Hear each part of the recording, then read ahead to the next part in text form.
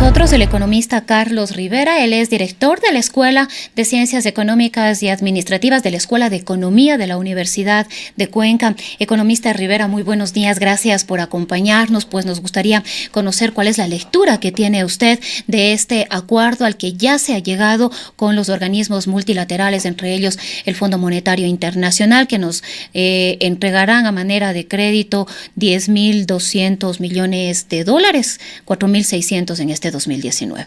Buenos días, Rosana, muchas gracias por la invitación. Mire, para analizar el tema del acuerdo con el fondo, uno tiene que comenzar viendo cuál es la situación del país que nos hizo acudir al Fondo Monetario, es decir, cuál es, en definitiva, hacerle un diagnóstico al paciente así como al médico.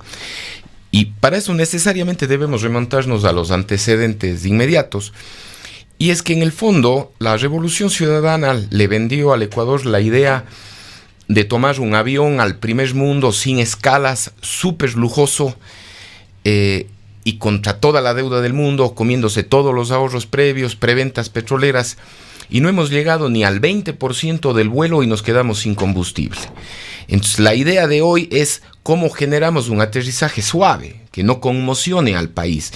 Y de hecho yo considero que los temblores que hoy tuvimos en la madrugada son mucho menos problemáticos que los temblores económicos que tenemos, porque la situación del país definitivamente es bastante complicada.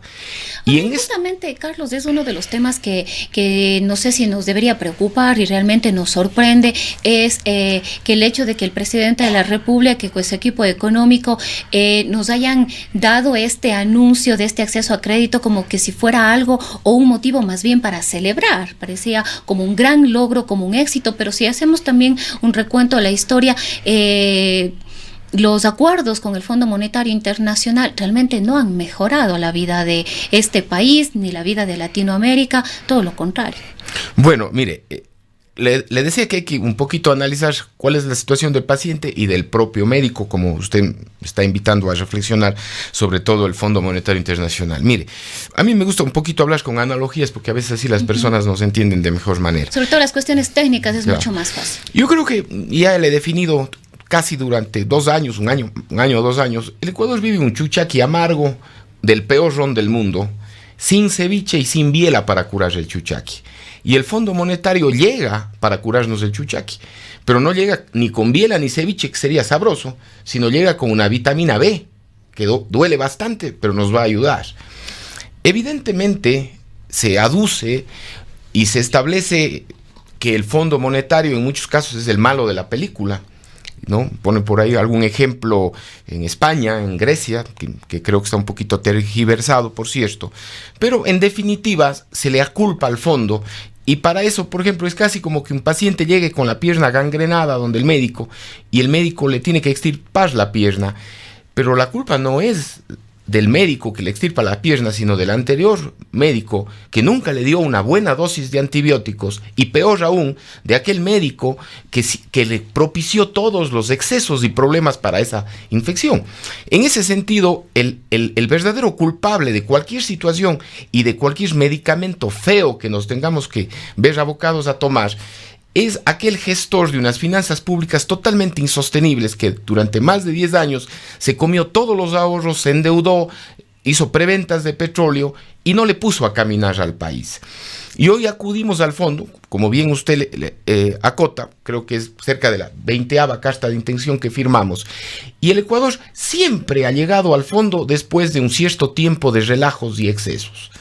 Y nunca ha sido buen estudiante del fondo. He ahí los fracasos, cuando usted dice no ha sacado grandes cosas del Ecuador. Yo debo ser enfático, el Ecuador nunca ha seguido la receta adecuada del fondo.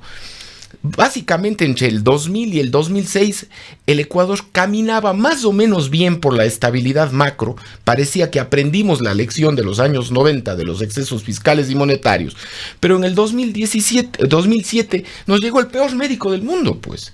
O sea, un médico que no sabía nada de medicina, no sabía nada de economía, y nos puso durante 10 años a hacer cualquier barbaridad, y hoy estamos pagando las consecuencias de ello. Pero de aquí se vienen más consecuencias, aún para empezar, estos 4.600 millones que va a recibir Ecuador en este 2019 no resuelven de ninguna manera la situación y la brecha de la que se habló incluso en la misma proforma, si no me equivoco, de más de 9.000 millones de dólares que vamos a tener para este 2019 y que se iba a repetir, digamos, esa brecha en los años posteriores. De ahí nos preguntamos un poco estos 4.600 millones de dólares, ¿hacia dónde van a ir? ¿Qué es lo que va a hacer el gobierno con estos 4.600 millones? Correcto, mire, el Ecuador no está negociando un acuerdo stand-by con el fondo que básicamente implica recursos para cubrir los baches fiscales. Más bien es un acuerdo más general, un acuerdo ampliado que le llaman con este tipo de instituciones, en donde se abre espacio hasta 10.000 millones de dólares, de hecho 4.800, 4.700 da el fondo y el restante dan otros organismos multilaterales, donde hay una especie de compromisos por reformas estructurales más de largo plazo. En ese sentido yo le veo bien, porque a mí lo que hay que pensar es que el fondo viene a facilitar el chuchaqui, viene a facilitar el aterrizaje suave, porque sin recursos los ajustes fiscales serían muchísimo más severos. Se habla de no tocar los precios de los bienes y servicios públicos, de las gasolinas, la cantidad de personas que trabajan en el sector público. Cualquier ajuste fiscal sin los recursos del fondo serían muchísimo más graves, muchísimo más dolorosos. El fondo no solamente llega con recursos mucho más frescos, porque se habla de tasas del 5%. Recuerde 30 usted, años anunció y recuerde usted que hace unas semanas atrás nos endeudamos al 10% en una emisión de bonos. Con los chinos nos endeudábamos a tasas similares, en condiciones reservadas que nadie sabía, con preventas de petróleo. Cuando nos endeudábamos con Goldman Sachs a buenas tasas, pero teníamos que dejar el oro de garantía. Hoy ya no. Hoy el Fondo Monetario le puede facilitar la vida al Ecuador. Ese es, yo creo, el concepto, en el sentido de que le propicia, por un lado, recursos más baratos y por otro lado le da una suerte de aval para que el Ecuador pueda seguir pidiendo prestado, ¿no?, para ir facilitando ese aterrizaje. Lo que no nos salva el fondo es de los ajustes fiscales y de cortar las adicciones a los subsidios, al gasto corriente inflado, al tamaño del Estado, pero que desde mi particular punto de vista son recortes de adicciones que deberíamos hacer por nuestra propia salud, no por la recomendación del fondo. Si bien no se conoce la carta de intención o los detalles de esta carta de intención, es decir, cuáles fueron los compromisos a que se comprometió Ecuador para recibir estos dineros, se advierte por ahí que una de las medidas que se tomarían sería justamente revisar los impuestos, y uno de los más rápidos para obtener recursos es un incremento en el IVA. ¿Es esta una de las posibilidades?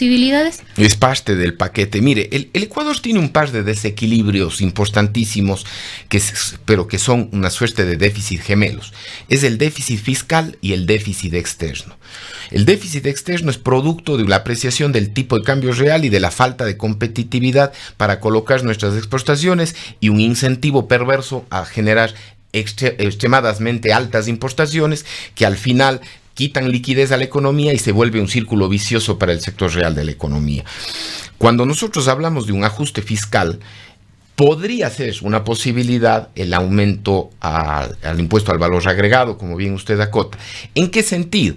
De que nosotros no podemos hoy propiciar un aumento de la demanda interna, como por ejemplo lo hizo Portugal post-crisis del 2008, porque ellos tenían un superávit en la cuenta corriente. Ellos sí pudieran relajar e incentivar la demanda interna. Nosotros lo que debemos es preocuparnos en exceso de estimular la competitividad, y la competitividad es con reducción de costos. Hay una serie de reformas estructurales que pueden coadyuvar, pero básicamente la idea del impuesto al valor agregado, de la corrección a los subsidios, todos esos son costos potencialmente, nadie le dice que es bueno, pero son costos potencialmente menores de lo que pudiera pasar si no hacemos absolutamente nada para corregir las finanzas públicas. Ahora, lo que preocupa de las medidas que pueda tomar el gobierno nacional es, a la final, ¿quiénes son los que pagan los platos rotos de esta situación, de esta historia, de estos nuevos accesos a nuevos créditos compromisos con los organismos multilaterales. ¿A quién apunta estas nuevas medidas y quiénes van a ser los más afectados? Aunque se ha dicho por parte del gobierno nacional que no se va a tocar el tema de los servicios, por ejemplo, pero a la final siempre decimos que la clase media es la que a la final termina sosteniendo y viéndose siempre la más afectada de este tipo de procesos. O sea, los grandes grupos económicos no son los que se afectan y probablemente los más pobres tienen ciertos accesos y beneficios también. Mire, la raíz de todos los problemas en el Ecuador es fiscal. Definitivamente, ese es el origen que le está golpeando inclusive al sistema financiero, ya le golpeó al sector real, le pasa la factura al sector externo. Entonces, ¿dónde debemos poner toda nuestra fuerza? Es en corregir los desequilibrios fiscales. Los desequilibrios fiscales se producen que tenemos ingresos que no alcanza para cubrir los gastos. El endeudamiento con el fondo lo que trata es de alivianar el ajuste y que el recorte no tenga que ser tan drástico. Yo personalmente creería, asumiendo los costos políticos y sociales, me parece que la prioridad número 1 es bajar el gasto corriente, bajar la masa de sueldos y salarios del sector público. Bueno, se habla ya de que las empresas públicas deberán reducir un 10% de personal o de masa salarial, no hablemos de personal de cada una de esas empresas. El plazo creo que se concluyó incluso ya para presentar la propuesta que cada una de las empresas tenía. Se habla de entre 3.000 y 3.500 funcionarios que quedarían fuera. Siempre nos preguntamos, ¿es este el camino? ¿Es esta la solución? De todas maneras, son 3.500 familias que se verían perjudicadas de estos procesos. Mire, en economía hay un principio que no hay almuerzo gratis. Y la farra de los 10 años alguien tiene que pagarla, definitivamente.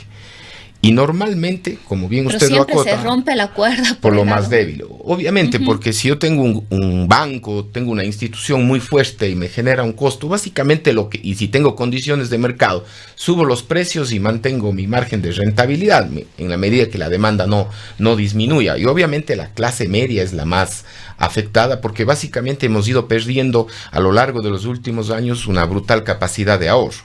Es decir, aquellas familias que no han ajustado su consumo, básicamente es lo que han terminado es reduciendo su nivel de ahorro o aumentado la deuda. Viviendo al día, digamos así. Exactamente. Al día.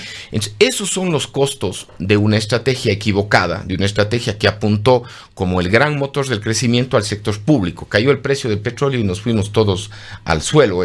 Lo que yo le decía, la analogía, o sea, nos vendieron la idea de un gran vuelo al primer mundo, no llegamos al 20% del vuelo y nos quedamos sin combustible. Y la pregunta es, ¿quiénes tienen salvavidas en ese avión? Pues, obviamente, la gran empresa, los grandes grupos económicos, ellos tienen 2, 3 salvavidas. La clase media es la que tenemos que pagar y esa es la lección que debemos tener, creo, los ciudadanos para saber votar bien. Porque los costos de hoy, de esas 3.000 familias que usted menciona que eventualmente sean del sector público, deben aprender la lección que los populistas no conducen a nada bueno. Cuando se venden esas recetas mágicas de desarrollo, de crecimiento económico, esas son mentiras, esas son falsas. Básicamente, lo que nosotros debemos emprender es un vigoroso proceso de crecimiento económico, donde sea la salud, la educación, el motor del crecimiento, no el gasto público. Ahora, otra de las posibilidades que se están barajando y sobre las cuales ya están trabajando, aunque Santiago Cuesta en una entrevista en este medio de comunicación dijo que por ahora solamente eran algunas ideas que se estaban socializando, tiene que ver con las concesiones. Ellos no hablan de privatizaciones porque, de acuerdo a las declaraciones del ministro de Finanzas, las privatizaciones están prohibidas en la ley, pero están hablando de concesiones que son procesos muy, muy similares a la privatización en este caso. Esa es otra de las opciones. Mire, la concesión como medida de eficiencia es correcta. Cuando uno le ve a largo plazo los efectos en el crecimiento económico, eventualmente el sector privado es un mejor administrador, puede llegar con nuevos recursos que hoy no tiene el Estado. Pero bueno, nos preguntamos por qué el Estado no puede ser un buen administrador. Porque normalmente tiene incentivos perversos y es muy difícil ajustar los mismos. Por ejemplo, acá en una radio privada, está usted, está el señor, pero probablemente en una radio pública todo el administrador es muy generoso con dinero ajeno. Y probablemente si usted hace esta entrevista en una radio pública, en un medio público, están no menos de 5 o 6 personas. Y eso es muy difícil costar. Toda la evidencia empírica de los estudios a nivel mundial muestran que ciertos sectores es preferible que maneje definitivamente el sector privado. Me hice una comparación, por ejemplo, de la Corporación Nacional de Telecomunicaciones, que es la primera que estaría en la mira de estas concesiones, el número de personal que tiene la corporación frente a las otras telefónicas privadas que operan aquí en el país. Y los márgenes de rentabilidad son muy superiores de las empresas privadas. Es que eso es muy difícil romper ese esquema, ese esquema de incentivos que le llamo yo.